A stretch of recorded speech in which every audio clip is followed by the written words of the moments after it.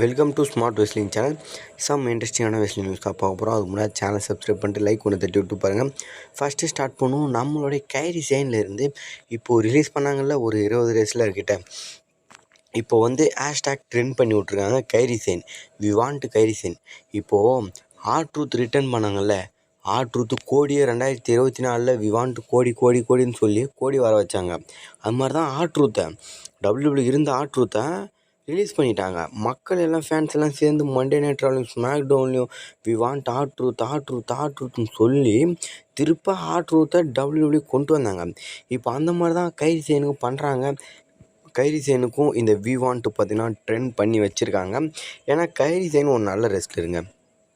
ஒரு story line அவங்களுக்கு story இருக்குது, எல்லாம் இருந்தும் ஏன் இது பண்ணாங்க? நிறைய டேக் டீமில் போடலாம், இன்னும் டீம்லேயே இருக்க வைக்கலாம், டீம்லேருந்து கொஞ்சம் டிஃப்ரெண்ட்டான ஸ்டோரி லைன்லாம் கொண்டு போகலாம். ஸ்டில் இருந்தாலும் டபிள்யூடபிள்யூக்கு என்ன பண்ணுறதுன்னு தெரியல. ஆனால் கைரி சேன் இது பண்ணாங்கன்னா, ரிலீஸ் பண்ணாங்கன்னா கண்டிப்பாக ஏஐடபிள்யூக்கு போவாங்க. ஏன்னா அடுத்த ஸ்டெப்பு மூவ் ஆன் ஆகணும். ஏன்னா அவங்களுக்கு இன்னும் சண்டை போடுற இதெல்லாம் கெப்பாசிட்டிலாம் இன்னும் நிறைய வச்சுருக்காங்க. அதனால் அவங்களுக்கு இருக்க பவருக்கும் அவங்க வச்சுருக்க இதுக்கும் அவங்கள வச்ச ஸ்பெஷல் ஸ்டார்டருக்கும் அதை வச்சு ஏஐடபிள்யூக்கு கண்டிப்பாக போவாங்க. இங்கே டபிள்யூடபிள்யூ சப்போஸ் வரலைன்னா வி வாண்ட்டை ட்ரெண்ட் பண்ணி வச்சுருக்காங்க. மேபி பார்த்தீங்கன்னா டபிள்யூடபிள்யூ மறைமுகமாக பார்த்தீங்கன்னா ரொம்ப ட்ரெண்ட் பண்ணி R-Truth மாதிரி பண்ணாங்கன்னா மறைமுகமாக கைரி சேனை திரும்ப பார்த்தீங்கன்னா ரிட்டர்ன் பண்ணலாம் டபிள்யூடபிள்யூக்கு. எனக்கு கூட கைரி சேனை பிடிக்குங்க. அதுக்கடுத்து வந்து பார்த்திங்கன்னா நம்மளோட ஜான் சீனா வெஸ்ட்மேனியால பார்த்தோம். பெரிய ஈவெண்ட்டு, மிகப்பெரிய ஈவெண்ட்டு. அதுக்கப்புறம் அவர் எப்போ பார்ப்போம் அவ்வளோதானு கேட்டிங்கன்னா திரும்ப ஒரு சர்ப்ரைஸு. பேக்லாஷர்லேயும் இவர் தான் ஹோஸ்ட்டாக இருக்க போகிறாராம். இது ஜான் சீனாவே பார்த்தீங்கன்னா அஃபிஷியலாக பார்த்தீங்கன்னா கீழே போட்டு டியூட் பண்ணியிருக்காரு. மேபி டிக்கெட் செலிக்கோசம் பண்ணியிருக்காங்க. பட் பார்த்திங்கன்னா இங்கே வராமல் போகிறதுக்கு கூட வாய்ப்பு இருக்குது. இப்போ எப்படின்னா ஜான் சீனா டியூட் வச்சுருக்காரு. டியூட் வச்சு இப்போ டபிள்யூடபிள்யூ ஜான் சீனா இருக்காருப்பா அப்படின்னு அப்படியே நேக்காக சொல்லிவிட்டு அந்த டைமில் ஜான் சீனா வராமல் கூட போகலாம்ன்ற மாதிரி இருக்கும். என்னை பொறுத்த வரைக்கும் வருவாருன்னு நினைக்கிறேன். ஏன்னா வெஸ்ட்மேனியா டே 1 சொல்லிக்கிற அளவுக்கு இல்லை. சில பல அடி விழுந்திருக்கு, சில பல சேஞ்சஸ் நடந்திருக்கு. ஒரு புதிய ஸ்டார்ட் பண்ணணும். டபிள்யூடபிள்யூ ஸ்டார்ட் பண்ண போகிற பேப்பரையும் இப்போ வெஸ்ட்மேனியா தான். இப்போ எல்லாத்துக்கும் ஒரு எண்ட் இருக்குல்ல, அந்த மாதிரி டபிள்யூடபிள்யூக்கு எண்டு வருஷத்தில் வெஸ்ட்மேனியா தான். இப்போ எண்ட் ஆஃப் ஆகிடுச்சு. இப்போ பார்த்தீங்கன்னா ஒரு புதிய இது தொடங்கணும். புதிய இது தொடங்கினாங்க, நல்லா இருந்துச்சு. ஸ்மாக் டவுன் புதிய இது தொடங்கினாங்க, அவ்வளோக்கா நல்லா இல்லை. வீக் ஸ்மாக் டவுனே லைட்டாக மோசமாக தான் இருந்தது. அதே மண்டே நைட் ரா சிறப்பாக இருந்தது. இங்கே ஸ்மாக் டவுனில் சொல்லிக்கிற அளவுக்கு பெருசாகவும் எதுவும் இல்லை, ஒரு நல்ல இதுவும் கொண்டு போகல. சில டெபிட்ஸு இருந்தது. ஜான் சீனா என்னை பொறுத்தளவுக்கு பார்த்தீங்கன்னா வந்தால் நல்லா இருக்கும்னு நினைக்கிறேன். ஜான் சீனா வச்சு மேபி ஒரு 5000 டிக்கெட்னாச்சும் வாங்கலாம். இப்போது பேக்லாஷருக்கு ஒரு 14,000 டிக்கெட்டு ஷெட்யூல் பண்ணுறாங்கன்னா, 14,000 டிக்கெட் வச்சு ஸ்டேடியம் விற்கிறாங்கன்னா அதில் ஒரு 4,000 டிக்கெட் இவரு தான் இருக்கும். மீதி 10,000 மேட்சஸ் வச்சு இருக்கும். ஒரு 4,000 பேர் கண்டிப்பாக ஜான் சீனாவை பார்க்குறதுக்கோசரம் அவர் வந்தால் போதும் அப்படின்றதுக்கோசரம் இருக்காங்க. அதுக்கடுத்து பார்த்திங்கன்னா நம்மளுடைய பீஸ்ட் இன் கார்னர் ப்ராக் லெஸ்னருக்கு தரப்புல இருந்து இப்போ ஒரு இது வந்திருக்கு. இப்போ என்ன சொல்லியிருக்காங்கன்னா, ப்ராக் லெஸ்னர் ரிட்டையர்மெண்ட் ஆனதெல்லாம் உண்மை.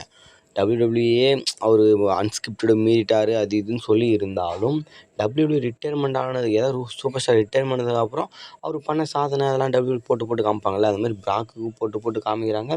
ப்ராக் லெஸ்னர் ரிட்டையர் ஆகிட்டார். ரிட்டையர் ஆகியும் சில சூப்பர் ஸ்டார்ஸ் முன்ன இருக்க சூப்பர் ஸ்டார்லாம் இது பண்ணாங்கள்ல லாஸ்ட் ஒரு மேட்சின்னு, அந்த மாதிரி பண்ணலான்னு சொல்லியிருக்காங்க. அதாவது இப்போ கோல்பர்க்லாம் எப்படி முடிச்சுட்டோன்னா நான் லாஸ்ட்டாக ஒரு மேட்ச் விளாட்றேன்ப்பா என்னோடய இதில்ன்ற மாதிரி பண்ணார்ல, அந்த மாதிரி ப்ராக் லெஸ்னர் வந்து ஒரு மேட்ச் பண்ணலாம். ஆனால் எப்படி வந்து பண்ணலாம், பாலமனம் போட்டு குந்தரை அடிக்கிறதுக்கோசரம் அவருடைய ஹோம் டவுனில் வந்து ஃபைனல் ஒன் டைம்ன்ற மாதிரி ஒரு மேட்ச் ப்ளே பண்ணலான்ற மாதிரி சொல்லியிருக்காங்க. அதுக்கு என்னோடய தரப்பில் என்ன ப்ரோ கருத்து நீ என்ன பொறுத்தவரைக்கும் கேட்டிங்கன்னா, வேணான்றேன். ப்ராக் லெஸ்னர் ரிட்டையர் ஆகிட்டாரா, இதுக்கப்புறம் வர வேணாம். இப்போது இந்த அளவுக்கு ஆனதே அம்மா ஃபேன்ஸ் அஃபெக்ட் ஆகிருப்பாங்க. இப்போ ஒரு திரும்பி ஒரு மேட்ச் தோக்க போகிறான்னு தெரிஞ்சு வந்தோம், அதுவும் ஏற்கனவே குந்தர்கிட்ட அது இதுன்னு சொல்லி பெரிய ஸ்டேக்லாம் பண்ணிகிட்ருக்காரு. அவர்கிட்டே தோக்கடிச்சா நல்லாவா இருக்கும்? வேணாம். அவர் ஒபாஃபெமிக்கிட்ட ரிட்டையர் ஆனதே ஓகே தான். ஏன்னா ஒரு பெரிய ரெஸ்லரு ஒரு ஃப்யூச்சரான ரெஸ்லர்கிட்ட ரிட்டையர்மெண்ட் ஆகிறது சகஜம். அந்த மாதிரி ஒரு நல்ல ஃப்யூச்சர் இருக்கவங்கள ஒரு ரெஸ்லர் ஒருத்தவங்க கிட்ட தான் ரிட்டையர் ஆகணும். எல்லாத்தையும் போட்டு ஒருத்தவன்ட்டே ரிட்டையர் பண்ணால் எப்படி இது கதை? இப்போ யாருன்னா ரோல் மாடல் வேணும் அப்படின்னா ஒருத்தவங்களுக்கு ஒரு ரிட்டையர் தான் பண்ண முடியும். அதுக்கடுத்து பார்த்தீங்கன்னா ரிக்கி ஸ்டாக் கிஸ்டாக்கு. இவர் வந்து பார்த்தீங்கன்னா என்எக்ஸ்டியில் இருக்கார். ஏஐடபிள்யூ இருந்தார் இவர் ஈத்தன் பேஜ்லாம். அதுக்கப்புறம் என்எக்ஸ்டி வந்தாங்க. என்எக்ஸ்டி வந்து கான்ட்ராக்டில் போட்டிருப்பாங்க போல், ஒரு வருஷத்துக்குள்ளேயே எங்களை மெயின் ராஸ்டருக்கு கொண்டு போயிடணுன்ற மாதிரி. அதே மாதிரி பார்த்தீங்கன்னா இவர் வந்தார், வந்து பார்த்தீங்கன்னா அந்த நார்த் அமெரிக்கன் சாம்பியன் வின் பண்ணார். அப்புறம் என்எக்ஸ்டி சாம்பியன் வின் பண்ணார். அதுமாதிரி தான் ஈத்தன் பேஜும் அவர் வந்தோடனே என்எக்ஸ்டி சாம்பியன் வின் பண்ணார். அதுக்கடுத்து அந்த நார்த் அமெரிக்கன் சாம்பியன் வின் பண்ணார். 2 பேருமே 2 சாம்பியன்ஷிப்புமே இப்போ வின் பண்ணிட்டாங்க. மெயின் ராஸ்டருக்கு டெபியூட் கொடுத்துட்டாங்க ஈத்தன் பேஜ். இப்போ பார்த்தீங்கன்னா ஸ்மாக் டவுனுக்கு, அதான் மண்டே நைட் ராக்கு, மெயின் ராஸ்டரில் மண்டே நைட் ராக்கு, இவர் வந்து பார்த்தீங்கன்னா ஸ்மாக் டவுனுக்கு டெபியூட் கொடுத்துருக்காரு. நெக்ஸ்ட் வீக் பார்த்தீங்கன்னா இவரோட டெபியூட் மேட்ச் பார்க்கலாம். அந்த மாதிரி பார்த்தீங்கன்னா மெர்கண்டே மோனே இவங்க வந்து பார்த்தீங்கன்னா ஏஐடபிள்யூ இருந்தாங்க, முன்னே டபிள்யூடபிள்யூ இருந்தாங்க. இப்போ இவங்களும் அப்போ தான் வந்தாங்க. இவங்களையும் மெயின் ராஸ்டருக்கு கொண்டு வந்துட்டாங்க ஸ்மாக் டவுனுக்கு. இவங்கள பார்த்தீங்கன்னா கவர்ச்சி, இவங்கள பொறுத்தவரைக்கும் பார்த்தீங்கன்னா அந்த கவர்ச்சி வச்சு பார்த்தீங்கன்னா இது பண்ணிவிடுவாங்க. கவர்ச்சினா உங்களுக்கு புரிஞ்சிருக்குன்னு நினைக்கிறேன். அந்த மாதிரி பார்த்தீங்கன்னா மாடல் கேலில் இவங்க ஒருத்தவங்க. ஃபைட்டிங் ஸ்பிரிட்லாம் ஓரளவுக்கு நார்மலாக தான் இருக்கும். இருந்தாலும் இந்த கவர்ச்சி கொஞ்சம் வித்தியாசமான முறையில் கையாளுறவங்க. அதனால் பார்த்தீங்கன்னா இவங்களோட இது செல்சி கிரீன் மாதிரி. செல்சி கிரீனு கொஞ்சம் வித்தியாசமான முறையில் இருக்காங்க. அதை விட இவங்க கொஞ்சம் கவர்ச்சி பண்ணி இன்னும் கொஞ்சம் வித்தியாசமான முறையில் இருக்கவங்க. அந்த வகையில் பார்த்தீங்கன்னா இவங்களெல்லாம் சூப்பராக டபிள்யூடபிள்யூ பயன்படுத்துவாங்கன்னு நினைக்கிறேன். அப்படி தான் சொல்கிறோம். அப்புறம் பார்த்தீங்கன்னா ரிட்டையர் கொண்டு இது ரிலீஸுக்கு கொண்டு போயிடுறாங்க. ஃபைனலாக வரும் ட்ரைபல் சீஃப் ரோமன் ரெயின்ஸ் கிட்ட. ரோமன் ரெயின்ஸ் விசஸ் கோடி ரோஸ் க்ரௌன் ஜூவல் வாய்ப்பு இருக்கா ப்ரோ? வாய்ப்பு இருக்குது. இப்போது எப்படி ப்ரோ வாய்ப்பு இருக்குதுன்னு நீ சொல்ல போனால், க்ரௌன் ஜூவல் வரைக்கும் கோடி சாம்பியனாக இருப்பார்னா, ஏன்னா பேக்லேஷுக்கு அடுத்து க்ரௌன் ஜூவல் தான் பெரிய க்ரௌன் ஜூவல் வரைக்கும் எப்படி வச்சுருப்பாங்கன்னு சொன்னோன்னா, இப்போது ரேண்டி ஆர்டன் விசஸ் கோடி நடந்தால் தானே பேக்லேஷில் ரேண்டி ஆர்டன் வின் பண்ணுவார். இப்போது ரேண்டி ஆர்டனே கோடிக்கிட்ட மோதலையாம். இப்போது ரேண்டி ஆர்டன் வந்து பார்த்தீங்கன்னா என்ன சொல்லியிருக்காரு, கோடி ரோஸ் என்ன சொல்லியிருக்காருன்னா, அடுத்த ஆப்போனண்ட்டுன்னு சொல்லியிருக்காரு. அதை வச்சு பார்க்கும்போது எனக்கும் ரேண்டிக்குமான ஃபியூடு முடிஞ்சிருச்சு, அடுத்த ஆப்போனண்ட்டுன்ற மாதிரி சொல்லியிருக்காரு. அதை வச்சு பார்க்கும்போது இங்கே ஏதோ ஒன்று கொஞ்சம் கொலாப் ஆகுது. இப்போது ரேண்டி ஆர்டன் அகெயின் வந்து மோத மாட்டாரான்ற சில கேள்விகளும் போயிட்டுருக்கு. மேபி பார்த்தீங்கன்னா வேறு ஆப்போனண்ட்டுன்ற போது ரேண்டியை வந்து அட்டாக் பண்ணி மேட்ச் வைக்கலாம். பேக்லேஷில் எனக்கு தெரியல.